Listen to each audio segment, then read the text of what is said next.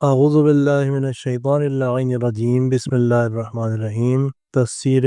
امام حسن عسکری علیہ السلام معروف با آثار حیدری، صفحہ نمبر 15۔ جب یہ آیت نازل ہوئی تو آن حضرت صلی اللہ علیہ وآلہ وسلم نے اس امر کی طرف جو منافقوں کی طرف سے ان کو پہنچا تھا کچھ التفات نہ کی، اور زید رضی اللہ تعالی عنہ سے فرمایا کہ اگر تم چاہتے ہو کہ ان کے شر اور کر سے محفوظ رہو تو ہر روز صبح کے وقت اعوذ باللہ من الشیطان الرجیم کی تلاوت کیا کرو۔ اللہ تعالی اس کی برکت سے تم کو ان کے شر سے محفوظ رکھے گا، اور اس میں شک نہیں کہ وہ لوگ بمنزلہ شیطانوں کے ہیں کہ فریب دینے کی غرض سے باہما دیگر چکنی چپڑی باتیں کرتے ہیں۔ اور اگر تم چاہو کہ پانی میں ڈوبنے اور آگ میں جلنے اور مال و منال کے چرائے جانے سے محفوظ رہو تو ہر روز علی الصباح اس دعا کا ورد کیا کرو، اور وہ یہ ہے: بسم اللہ الرحمن الرحیم، بسم اللہ ما شاء اللہ لا ينصرف السوء الا اللہ، بسم اللہ ما شاء اللہ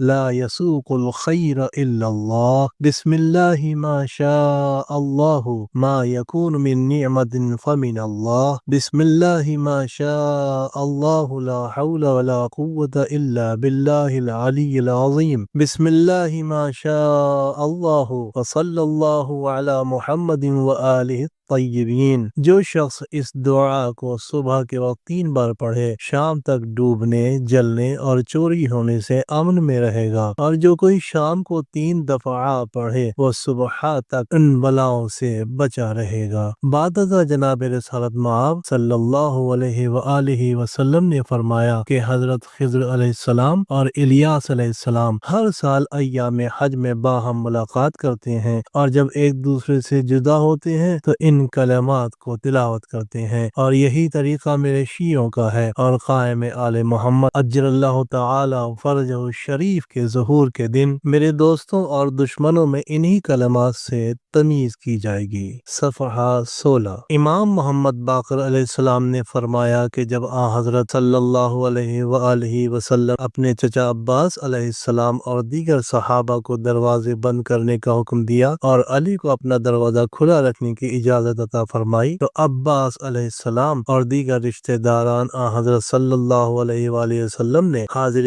خدمت اقدس ہو کر عرض کی کہ علی علیہ السلام کس لیے مسجد میں آمد و رفت رکھتے ہیں؟ حضرت صلی اللہ علیہ وآلہ وسلم نے جواب میں فرمایا کہ اللہ تعالی کا منشا یہی ہے، تم کو چاہیے کہ اس کے حکم کو تسلیم کرو، اور جبرائیل علیہ السلام اس باب میں خدا کی طرف سے وحی لائے ہیں۔ پھر حضرت صلی اللہ علیہ وآلہ وسلم پر وہ حالت طاری ہوئی جو نزول وحی کے وقت ہوا کرتی تھی۔ جب اس سے افاقہ ہوا تو فرمایا: اے عباس علیہ السلام، اے ام رسول اللہ علیہ السلام، جبرائیل خدائے جلیل کی جانب سے یہ خبر دیتے ہیں کہ علی علیہ السلام حالت تنہائی میں تجھ سے جدا نہ ہوگا اور عالم غربت میں تیرا انیس ہوگا، تو بھی اس کو اپنی مسجد سے الگ مت کر۔ اے چچا، اگر تم علی علیہ السلام کو اس وقت دیکھتے جبکہ وہ میرے بستر پر لیٹا ہوا میرے دشمنوں سے مقابلہ کر رہا اور اپنی جان سے میری جان کی حفاظت کرتا تھا اور اس بات پر خوش تھا کہ وہ کافر بری طرح اس کو قتل کر ڈالیں، تب تم کو معلوم ہوتا کہ وہ میری طرف سے کرامت اور تفضل کا اور خدا کی طرف سے تعظیم اور بزرگی کا مستحق و سزاوار ہے۔ چونکہ علی علیہ السلام شب ہجرت کو بستر رسول اللہ صلی اللہ علیہ وآلہ وسلم پر لیٹنے اور اپنی جان کو رسول خدا کی جان کی سپر بنانے میں تمام خلقت سے منفرد ہوا، اس لیے اللہ تعالی نے بھی مسجد رسول میں آنے جانے میں اس کو تمام خلقت سے منفرد کیا۔ اے چچا، اگر تم دیکھتے کہ خدا کے نزدیک اس کی قدر و منزلت کس قدر عظیم ہے اور ملائکہ مقربین کے نزدیک اس کا مرتبہ کس قدر بزرگ ہے اور اعلیٰ علیین میں اس کی شان و شکوہ کس قدر جلیل ہے، اس قدر و منزلت کو جو تم دنیا میں دیکھ رہے ہو نہایت ہی کم تر خیال کرتے۔ اے چچا، اس کی نسبت کسی برائی کو ہرگز اپنے دل میں راہ نہ دینا، مبادا اپنے بھائی ابو لہب کی طرح ہو جاؤ، کیونکہ تم دونوں حقیقی بھائی ہو۔ اے چچا، اگر تمام آسمان اور زمین کے باشندے علی علیہ السلام سے بغض رکھیں تو اللہ تعالی ان سب کو اس سے بغض رکھنے کے سبب ہلاک اور جہنم واصل کرے گا، اور اگر تمام کفار علی علیہ السلام سے محبت کریں تو وہ اس اس کی محبت کے باعث ان سب کی عاقبت نیک کرے کہ پہلے تو ان کو ایمان کی توفیق عطا کرے، پھر اپنی رحمت سے بہشت عنبر سرشت میں داخل فرمائے۔ اے چچا، علی علیہ السلام کی شان عظیم ہے، اس کا حال جلیل، اس کا وزن ثقیل ہے، اور علی علیہ السلام کی محبت کو جس کسی میزان نے اعمال میں رکھ کر وزن کیا جائے وہ اس شخص کے گناہوں سے زیادہ وزنی اور بھاری نکلے گی، اور اس کے بغض کو جس کسی کے میزان اعمال میں رکھ کر تولا جائے وہ اس شخص کی تمام نیکیوں سے وزن میں بڑھ جائے گا۔ صفحہ 17۔ حضرت عباس علیہ السلام نے جب اس مولا مومنین علیہ السلام کے یہ فضائل زبان رسالت مآب صلی اللہ علیہ وآلہ وسلم سے سنے تو عرض کی، یا رسول اللہ صلی اللہ علیہ وآلہ وسلم، میں نے قبول کیا اور خوشنود اور رضامند ہوا۔ تب حضرت صلی اللہ علیہ وسلم نے فرمایا، اے چچا، آسمان کی طرف نگاہ کرو۔ جب انہوں نے ادھر کی طرف نظر کی تو حضرت نے ان سے دریافت فرمایا، اے چچا، تم کیا دیکھ رہے ہو؟ انہوں نے عرض کیا کہ میں ایک صاف اور پاکیزہ آفتاب دیکھ رہا ہوں جو ایک صاف اور جلیل الشان آسمان سے طلوع ہوا ہے۔ یہ سن کر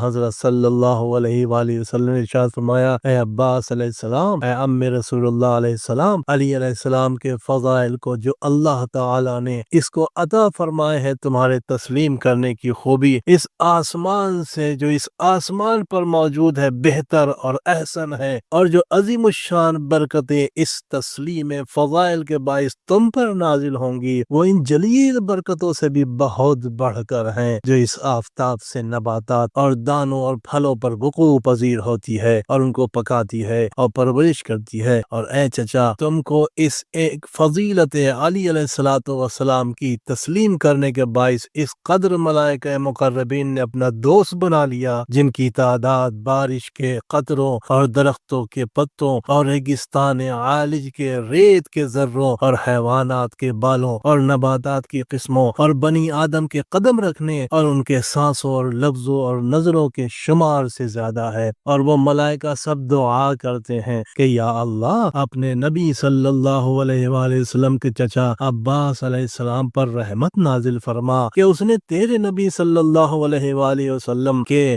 بات کو اس کے بھائی علیہ السلام کی فضیلت کے بارے میں تسلیم کیا۔ اے چچا، میں اللہ تعالی کی حمد کرتا ہوں اور اس کا شکر بجا لاتا ہوں کہ اس نے تمہاری قدر و منزلت بڑھائی اور اس لیے کہ تمہارا مرتبہ آسمان میں عظیم اور بزرگ ہوا۔